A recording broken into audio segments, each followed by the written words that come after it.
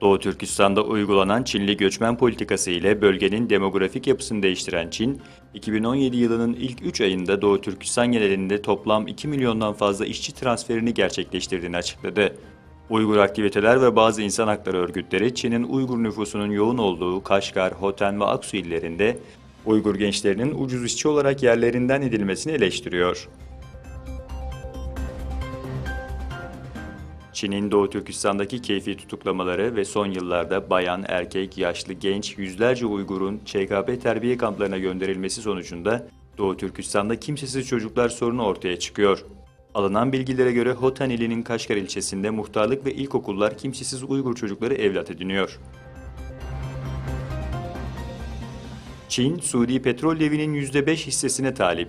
Çin'de devlete ait petrol şirketleri olan PetroChina ve Sinopec, dünyanın en büyük petrol üreticisi durumundaki Suudi Aramco şirketinin %5 hissesini almak için doğrudan teklifte bulundu. Çin, Tacikistan'da uluslararası bir üniversite kuracak.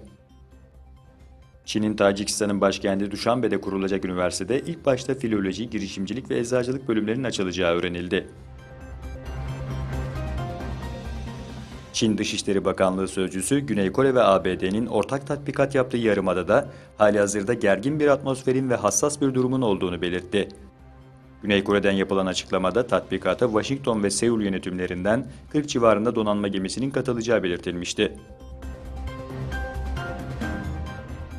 Azerbaycan ve Ermenistan Karabağ için görüştü. Azerbaycan Cumhurbaşkanı Aliyev ve Ermenistan Cumhurbaşkanı Sarkisyan, Dağlık Karabağ sorununu görüşmek üzere 16 Ekim'de İsviçre'nin Cenevre kentinde bir araya geldi. Avusturya'da yapılan erken genel seçimlerde Dışişleri Bakanı Sebastian Kurz'un Halk Partisi %31,6 oy oranıyla sandıktan birinci parti çıktı.